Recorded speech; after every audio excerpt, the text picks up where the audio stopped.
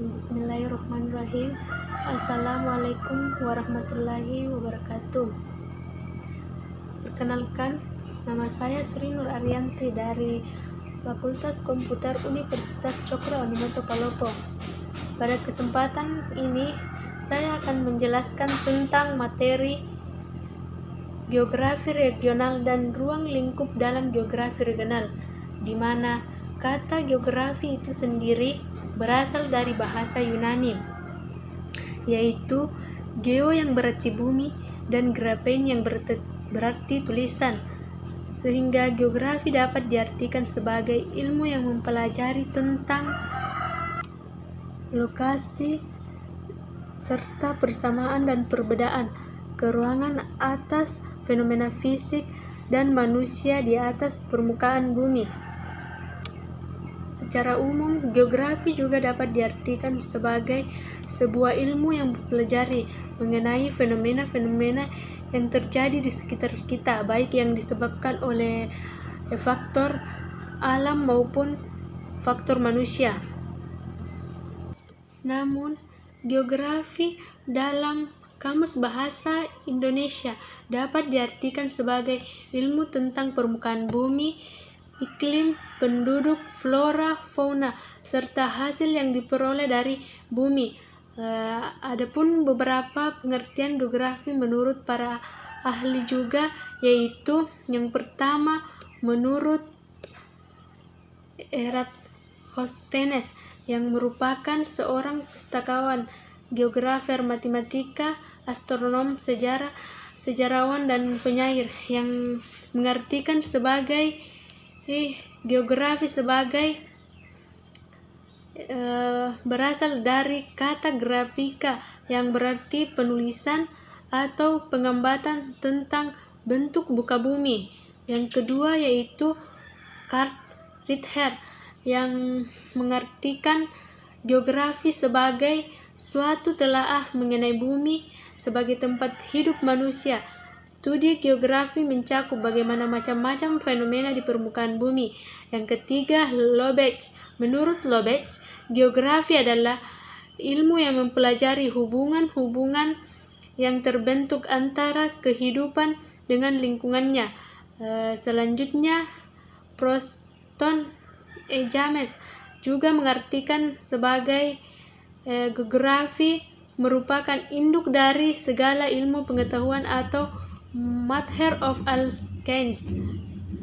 Untuk mempelajari geografi disebabkan oleh faktor alam maupun faktor manusia terbagi menjadi dua aspek, yaitu karena adanya aspek fisik dan aspek sosial. Adapun yang dimaksud dengan aspek fisik geologi itu suatu aspek geografis yang mengkaji segala fenomena geosfer yang mempengaruhi keberlangsungan hidup manusia.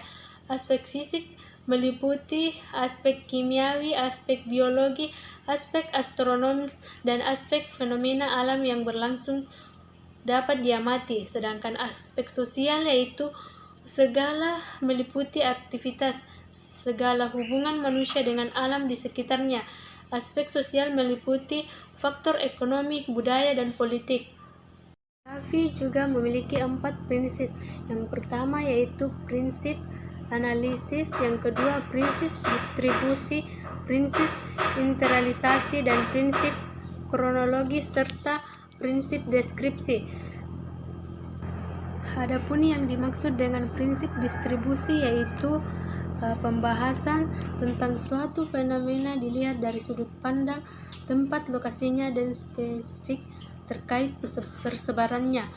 Contoh penggunaannya yaitu persebaran penduduk yang tidak merata, persebaran sumber daya alam, atau persebaran curah hujan.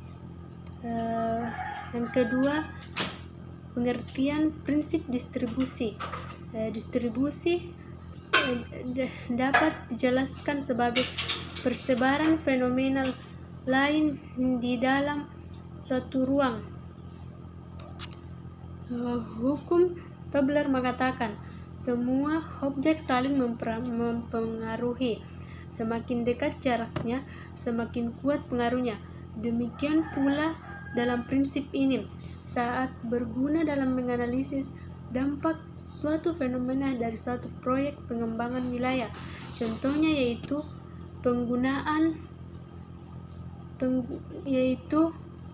tsunami di suatu wilayah terjadi setelah adanya gempa di tengah laut, atau suhu panas memicu penguapan yang kemudian terjadi hujan. Yang ketiga, prinsip deskripsi.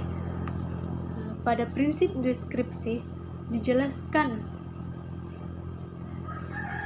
bahwa secara lengkap terhadap fenomena geografi yang terjadi. Umumnya, penjelasan prinsip geografi terbatas pada fenomena secara spasial. Hanya saja dengan prinsip deskripsi, fenomena dijelaskan dari sudut pandang spasial. Contoh penggunaannya yaitu pengangguran di Indonesia mencapai 4 juta penduduk, atau siklus air melewati beberapa proses, yaitu penguapan, pengembangan, dan presipitasi. Yang keempat yaitu prinsip kronologi.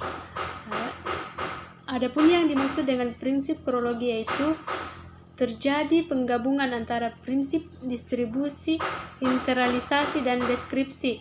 Oleh sebab itu, peneliti geografi yang memakai prinsip ini akan mendapatkan hasil yang lebih komprehensif. Konsep geografi yaitu yang pertama, konsep lokasi.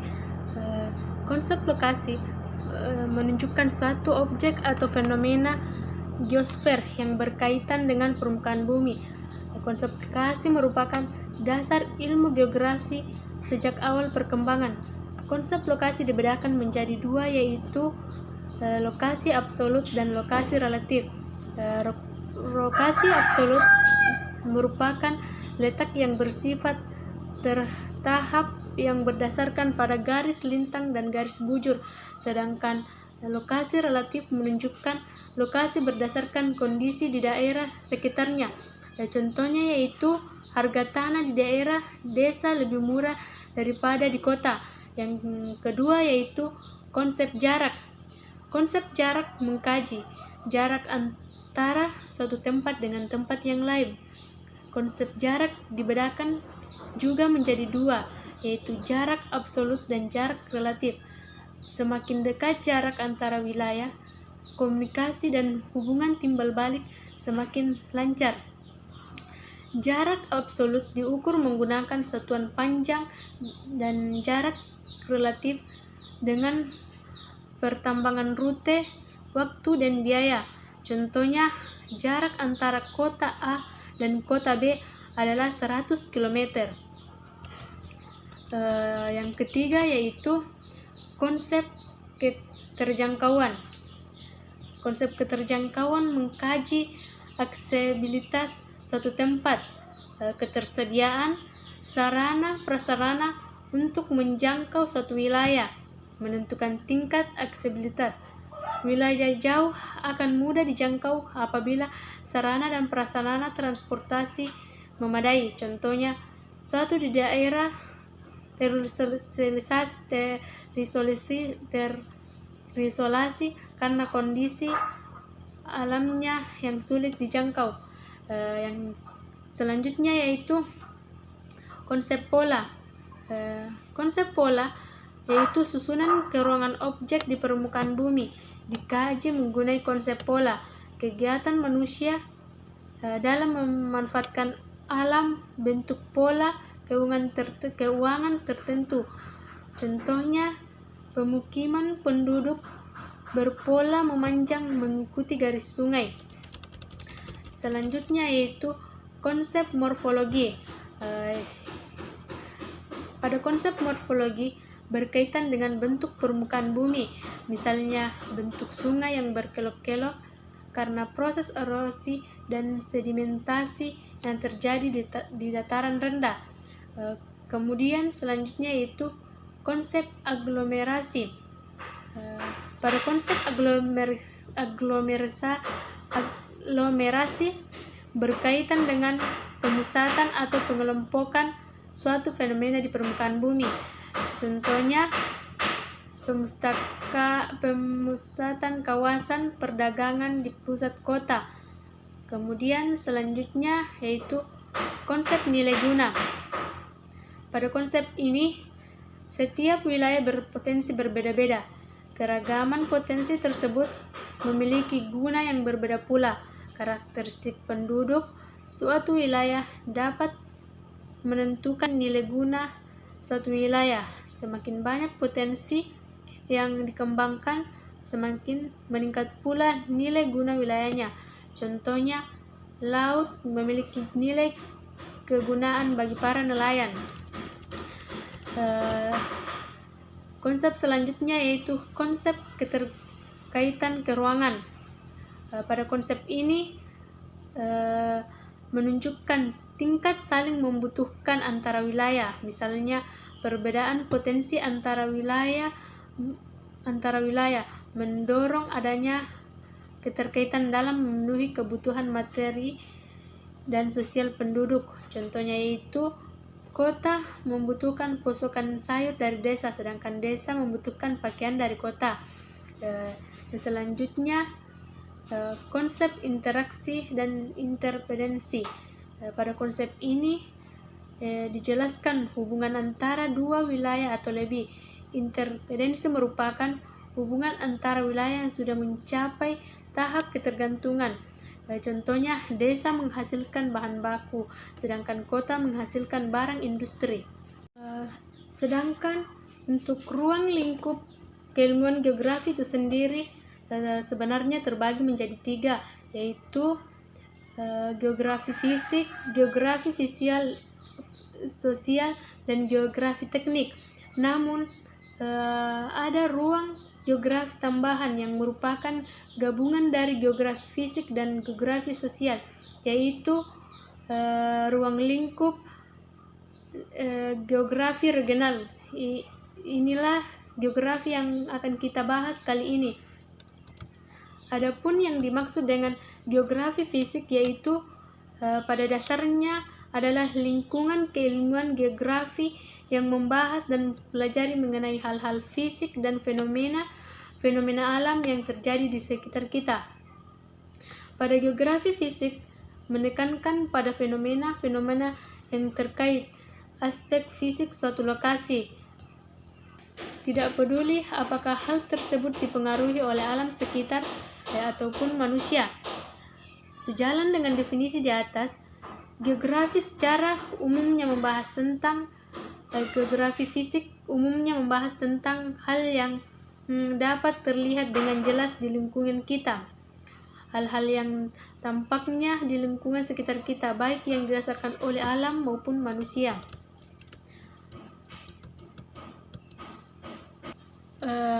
Lingkup studi yang secara umum termasuk dalam geografi fisik yaitu studi mengenai atmosfer bumi, tata surya dan benda langit, lapisan hidrosfer atau perairan, lapisan pedosfer atau tanah, litosfer atau batuan, dan biosfer atau makhluk hidup.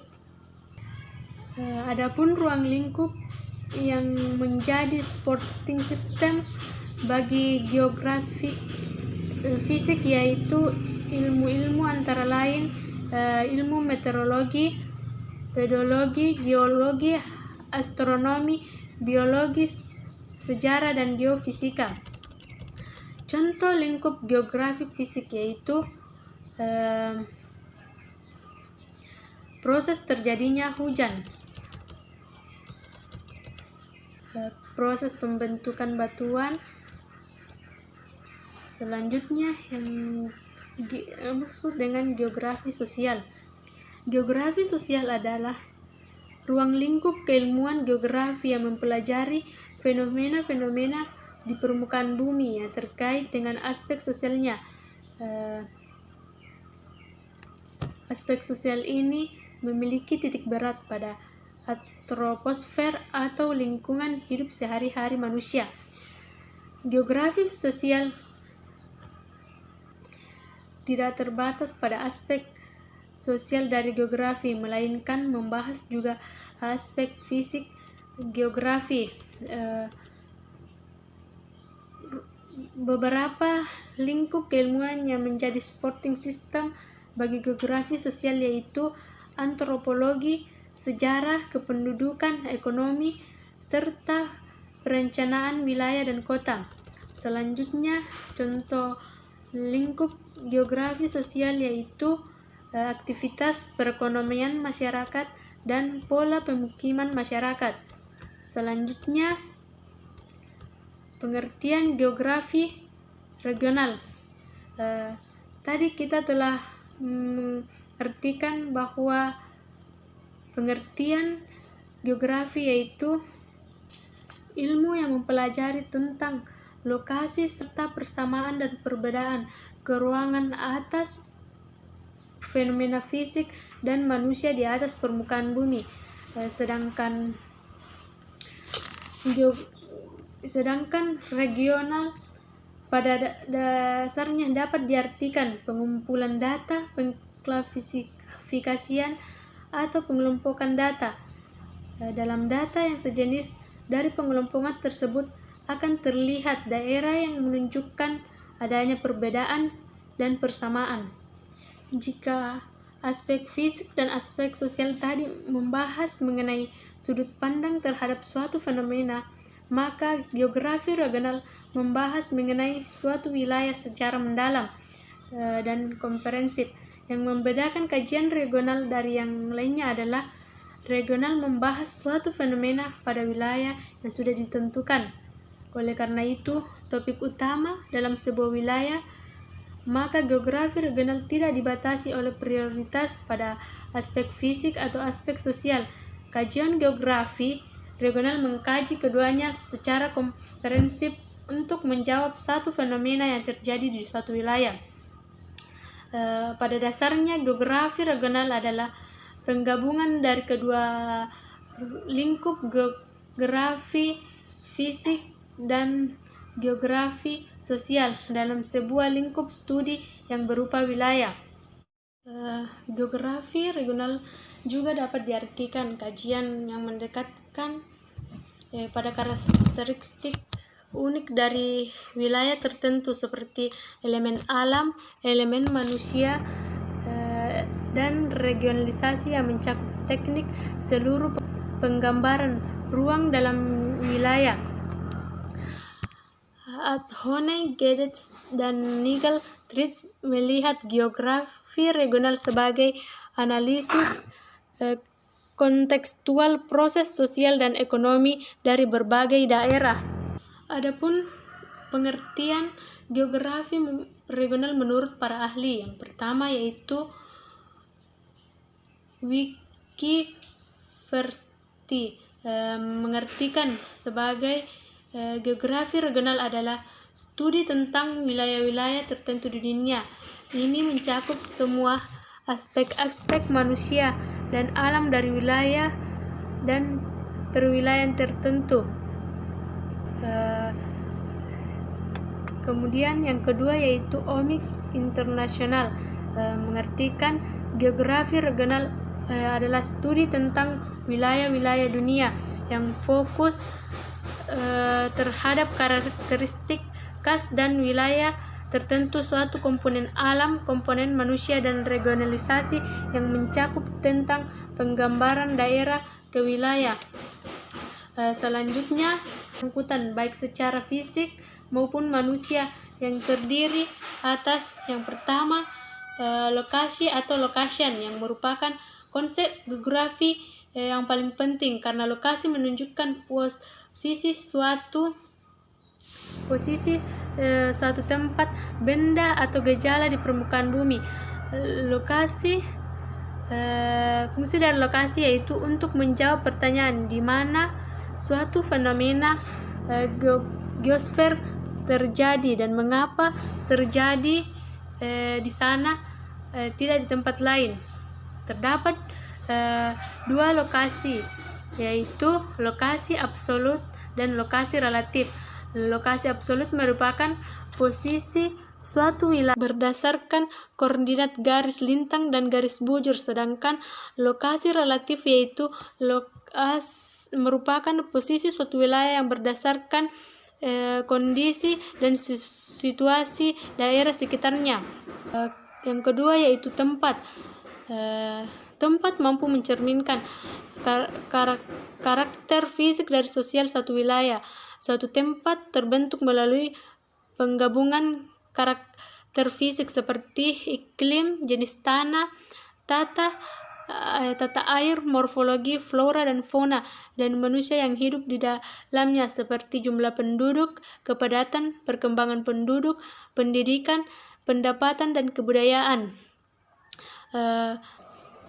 Ketika kita mengkaji tentang suatu tempat, kita melihat dari dua aspek, yang itu yang pertama state dan situasi. State berkaitan dengan kondisi internal suatu tempat seperti iklim, keadaan tanah, topografi, penduduk, dan segala sumber daya yang terkandung di dalamnya. Sedangkan untuk situasi berkaitan dengan kondisi eksternal suatu tempat atau kondisi suatu tempat bila dibandingkan dengan tempat yang lain. Yang ketiga yaitu hubungan timbal balik atau interaktualisasi. Pada dasarnya, setiap gejala geosfer di muka bumi merupakan hasil hubungan timbal balik antara berbagai faktor, baik antara faktor fisik dengan manusia, dan faktor manusia. Hubungan dengan faktor fisik misalnya faktor ketinggian tempat dan faktor iklim. Mikro seperti kemiringan lereng dengan erosi, kesuburan lahan dan jenis batuan, ketersediaan air dan curah hujan. Sedangkan hubungan antara faktor manusia misalnya perdagangan, transportasi, komunikasi, dan organisasi. Hubungan antara faktor manusia dan faktor fisik misalnya penebangan hutan secara liar oleh manusia yang dapat menimbulkan banjir, penggalian bahan tambang secara berlebihan yang dapat mengakibatkan kerusakan lingkungan. Selanjutnya yaitu gerakan atau movement. Setiap gejala geosfer di muka bumi mengalami pergerakan. Pergerakan tersebut ada yang tampak dan tidak tampak. Pergerakan ini akan menjadi kajian untuk memahami latar terjadinya suatu gejala atau fenomena di permukaan bumi dan dampaknya terhadap gejala atau fenomena lain. Misalnya usaha tani sebagai akibat dari adanya perbedaan iklim. Perbedaan iklim disebabkan oleh adanya siklus udara secara global di atmosfer. Yang kedua yaitu perwilayahan atau regionalisasi. Yang mendasar dari studi geografi ialah region. Adapun kajian utama yaitu berbagai bentuk region dan perubahan region, mengklasifikasikan atau mengelompokkan data ke dalam data sejenis. Berdasarkan pengelompokannya tersebut, maka akan tampak wilayah yang memiliki perbedaan kesatuan wilayah yang menunjukkan karakteristik tertentu sehingga dapat dibedakan dengan daerah yang lain yang disebut dengan region. Karakteristik atau ciri khas dapat berupa karakteristik aspek manusia atau gabungan keduanya. Selanjutnya yaitu jenis kajian regional. Yang pertama yaitu geografi regional kontekstual, yaitu cabang ilmu yang dilihat sebagai jawaban atas kekurangan dan sebagai geografi regional yang lebih modern. Yang kedua yaitu geografi regional komposisi, adalah cabang ilmu yang dilihat sebagai geografi regional tradisional. ahli geologi regional mengambil pendekatan yang berbeda dalam spesialisasinya. Mereka mengarahkan perhatian pada karakteristik geografi umum suatu wilayah. Seorang ahli geografi regional mengkhususkan diri dalam studi, pengamatan, dan mendokumentasikan orang-orang, negara, sungai, gunung, gurun, serta cuaca, perdagangan, dan atribut lainnya di benua itu. Selanjutnya yaitu fungsi geografi regional, yaitu geografi regional telah berkembang awal terjadinya ekspor global ketika para pelancong menggunakan karakteristik fisik dan manusia dari suatu wilayah untuk mendeskripsikan tempat-tempat di mana mereka berkunjung, membantu menciptakan peta yang lebih rinci dari suatu wilayah yang secara formal belum dipetakan. Hal ini memungkinkan para penjelajah untuk menemukan lahan baru dan membangun koloni, menunjukkan kekayaan dan kekuatan negara. Sedangkan dalam masyarakat saat ini, geografi regional digunakan untuk para perencana dan ahli geografi dalam skala lokal, regional, dan internasional. Namun sebagian besar ahli geografi mengkhususkan diri pada topik tertentu, misalnya ekonomi, politik, kelestarian kota, kemudian fokus keduanya pada wilayah tertentu. Fungsi yang selanjutnya yaitu geografi regional menyediakan sarana untuk melakukan penelitian geografis, membandingkan data atau peta untuk memahami tren, mengidentifikasi pola atau memprediksi peristiwa masa depan. Contoh geografi regional, contoh kajian untuk geografi regional misalnya Indonesia, yaitu nama Indonesia sebagai Nusantara pertama kali dikenalkan oleh J.R. Logan pada tahun 1850. Indonesia merupakan suatu region. Hal tersebut berdasarkan pada kenyataan bahwa antara bagian wilayah Indonesia mempunyai persamaan tertentu, misalnya iklim, persamaan letak, persamaan bahasa dan ideologi, persamaan budaya, dan yang penting secara hukum antara bagian wilayah Indonesia merupakan satu kesatuan hukum negara yang merupakan wilayah bekas jajahan India. Itulah penjelasan mengenai geografi regional dari saya. Saya akhiri dengan ucapan wabillahi taufiq wal hidayah. Wassalamualaikum warahmatullahi wabarakatuh.